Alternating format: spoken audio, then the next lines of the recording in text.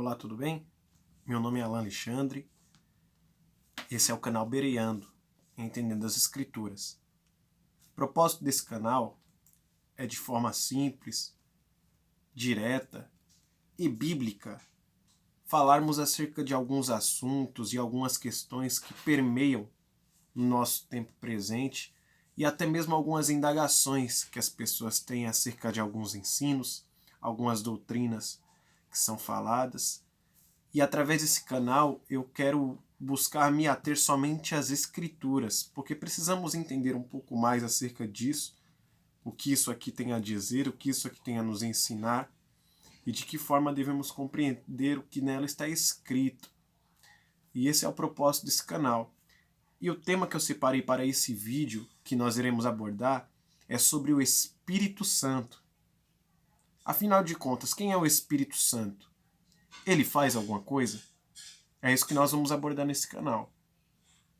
E eu quero começar falando da seguinte forma. Existem pessoas, existem movimentos, segmentos religiosos e sectários que entendem que o Espírito Santo ele é apenas uma força ativa de Deus. O que é uma força ativa? Deixa eu te dar um exemplo para que você possa entender. Você já viu um ventilador? O ventilador é um equipamento que, para funcionar, você precisa ligá-lo na tomada e depois ligar os seus botões. Ao contrário, o ventilador até vai estar ali, só que ele não terá utilidade. Da mesma forma, o Espírito Santo, nesta linha de raciocínio. As pessoas entendem que ele é uma força divina que vem do alto, mas que é dependente da minha ação. Ou seja, eu manuseio, eu tenho controle, eu tenho domínio. Será que isso está correto, de acordo com as Escrituras? Vamos analisar quem é o Espírito Santo. Eu convido você a abrir a sua Bíblia, caso você tenha uma Bíblia aí. Se você não tiver, baixe o aplicativo do seu celular. Lembrando que este canal tem o intuito de falar não somente com pessoas que são cristãs protestantes, mas a você que é católico, que é ateu, que é espírita, umbandista, que é budista, independente da sua religião ou descrença, mas que tem curiosidade ou até mesmo dúvida em relação à palavra, às escrituras, e queira estar aprendendo um pouco mais, esse canal está aqui para te oferecer isso. Caso você tenha alguma dúvida ou algum comentário respeitoso a fazer, deixe nos comentários.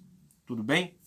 Agora eu peço que você, caso tenha uma Bíblia em casa, ou esteja ao alcance de abra sua Bíblia em Atos. Está lá no finalzinho da Bíblia. Não tão no final, mas também não está no começo. Atos, capítulo de número 3.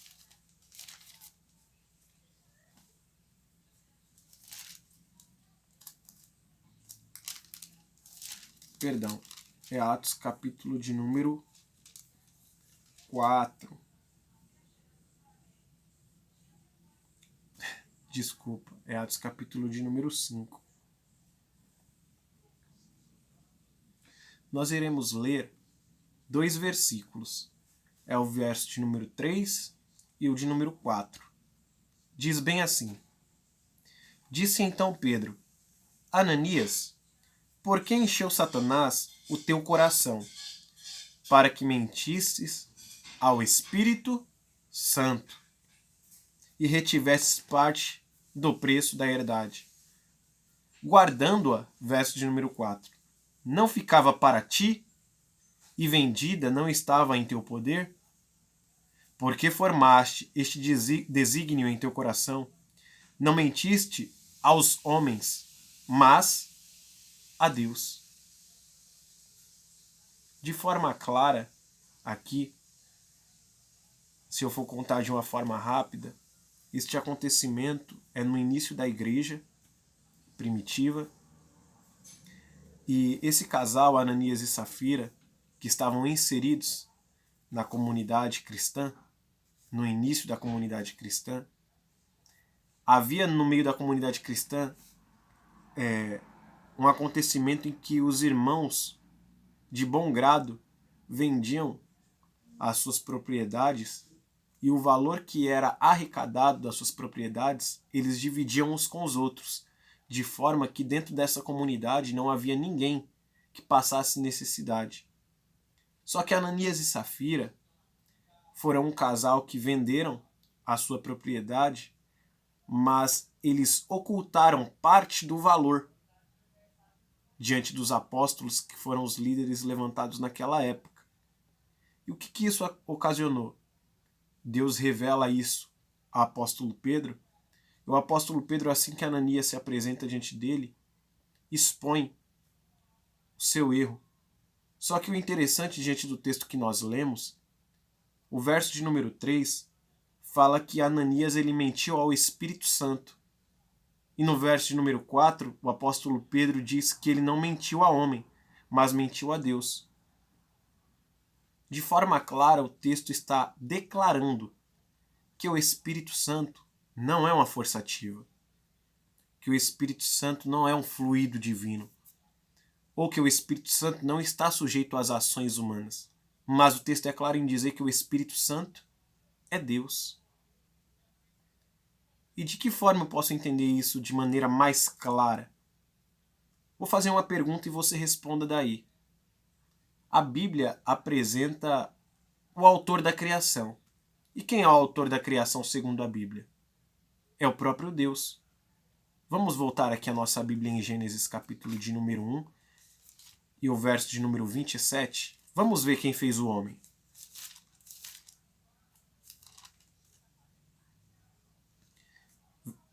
Gênesis capítulo de número 1 e o verso de número 27 diz assim: E criou Deus o homem, à sua imagem. A imagem de Deus o criou. Macho e fêmea os criou. A Bíblia é clara em dizer aqui que quem criou o homem foi Deus. Agora, vamos abrir a nossa Bíblia um pouquinho mais adiante. Vamos lá para o livro de Jó. Está no meio da Bíblia, mais ou menos, antes de Salmos. Salmos, que é um livro bem conhecido entre muitas pessoas. Jó, capítulo de número 33. O verso de número 4. Olha o que diz. O Espírito de Deus me fez. E a inspiração do Todo-Poderoso me deu vida. Aqui já declara que quem o fez foi o Espírito de Deus.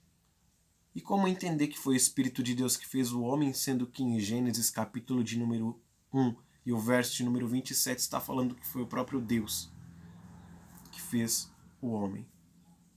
É simples. É entendendo o que a Bíblia nos apresenta. O Espírito Santo é Deus.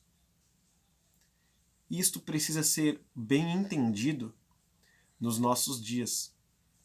Porque nós não podemos tratar o Espírito Santo ou ter um entendimento errado acerca do Espírito Santo. A todos aqueles que são curiosos, que têm interesse em aprender quem é o Espírito Santo, com base nas Escrituras, não é com base no que eu digo, é com base nas Escrituras, nós podemos afirmar que o Espírito Santo é Deus. E beleza, nós entendemos que o Espírito Santo é Deus, como diz as Escrituras, porque nós vimos o caso de Ananias e Safira, e a Bíblia relata que o próprio Espírito, ele cria o homem. Mas, afinal de contas, qual que é a ação do Espírito Santo na vida do ser humano? Afinal de contas, será que a Bíblia apresenta ele somente como o Criador? É claro que não. A Bíblia tem resposta para isso também. E nós podemos aqui, com base nas Escrituras, dizer que o Espírito Santo tem duas funções principais na vida do ser humano. E que funções são essas? A primeira, convencer o homem do pecado. E a segunda, ensinar ao homem acerca da palavra e dos ensinos de Jesus Cristo. Vamos confirmar isso na Bíblia? Convido você, por favor, abra aí em João, está um pouco mais à frente no Novo Testamento. João, capítulo de número 16.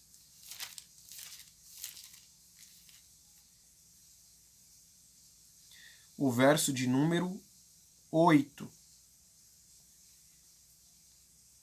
Diz o seguinte: E quando ele vier, está falando acerca do Espírito Santo.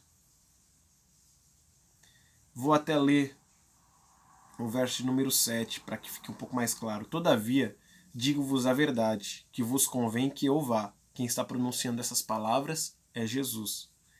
Porque se eu não for, o Consolador, este Consolador é o Espírito Santo. E nós vamos ver em outro texto que realmente este Consolador é o Espírito Santo. Porque se eu não for, o Consolador não virá a vós. Mas se eu for, enviar-vos-ei.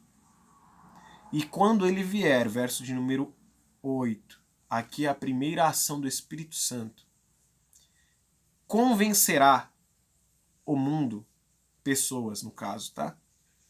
Do pecado, da justiça e do juízo. De que forma que nós entendemos isso? Eu aqui estou transmitindo um vídeo a você que está assistindo. A minha palavra ou a minha pregação, o meu ensino, não tem poder de mudar a sua vida. Não tem poder de te libertar, talvez, de um vício que você tem sido aprisionado. A minha palavra não tem poder de escrever uma nova história na sua vida. Mas o Espírito Santo, ele tem o poder e a capacidade de convencer-nos do pecado e da justiça e do juízo. É somente o Espírito Santo que tem esta capacidade de convencer o homem. E o que é convencer o homem? É justamente trazer sobre a mente do ser humano a compreensão de que todos nós somos pecadores. Erramos, cometemos falhas e estamos aprisionados a esse tipo de coisa. Somente o Espírito Santo tem o poder de nos convencer, ou seja, de trazer à nossa mente a luz de que nós realmente temos este mal dentro de nós. Temos esta doença espiritual. Esta é a primeira ação do Espírito Santo na vida do ser humano. E qual que é a segunda ação do Espírito Santo na vida do ser humano? Ensinar o ser humano que foi convencido por ele. Eu peço que você retorne algumas folhas aí para o mesmo livro, que é João, só que no seu capítulo de número 14. Nós iremos ler primeiro o verso de número 16 e o verso de número 17 para confirmarmos que este Consolador que o texto estava falando é realmente o Espírito Santo. Ok? Diz assim: E eu rogarei ao Pai, e ele vos dará outro Consolador, para que fique convosco para sempre. Verso 17. O Espírito da verdade, esse é o Espírito Santo, que o mundo não pode receber, porque não vê nem o conhece, mas vós o conheceis, porque habita convosco e estará em vós. Agora eu peço que você pule para o verso de número 26, que é somente para nós enfatizarmos aquilo que eu quero dizer acerca da segunda ação do Espírito Santo, que é nos ensinar. Diz o seguinte: Mas aquele Consolador, o Espírito Santo, que o Pai enviará em meu nome, vos ensinará, olha aí, todas as coisas e vos fará lembrar de tudo quanto vos tenho dito. Este versículo ele é belíssimo, porque mostra que o Espírito Santo tem a capacidade, o poder de ensinar ao homem acerca dos ensinos e da palavra de Deus. E esse versículo também fortalece o que a Bíblia já diz acerca do Espírito Santo, de que ele não é uma força ativa. Afinal de contas, a força ativa ou uma força ativa não tem a capacidade de ensinar ninguém, não tem a capacidade de convencer ninguém. Afinal de contas, é uma força que depende das minhas ações, logo não tem domínio nem poder sobre a minha vida. E não é isso que as Escrituras nos mostram através do Espírito Santo, ou acerca do Espírito Santo. Então nós aprendemos aqui, neste simples vídeo, quem é o Espírito Santo? Ele é Deus. A Bíblia nos apresenta que ele criou o homem. E quais são as obras do Espírito Santo? Nos convencer do pecado e nos ensinar e nos fazer lembrar de tudo quanto Jesus ensinou. Se você gostou desse vídeo, eu peço que você deixe o seu like, compartilhe se possível, se inscreva no canal para quando eu postar vídeos novos você poder estar por dentro dos assuntos. E não esquece de ativar o sino das notificações para quando eu postar um vídeo, o YouTube poder te avisar que chegou um vídeo novo. Que Deus em Cristo abençoe a todos. Se você porventura tiver alguma dúvida ou algum comentário a fazer, você pode deixar nos comentários. Só peço que haja o respeito.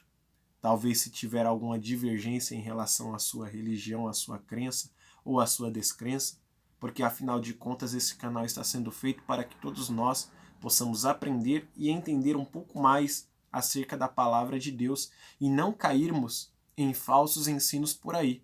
Devemos ter muito cuidado. Que Deus em Cristo vos abençoe.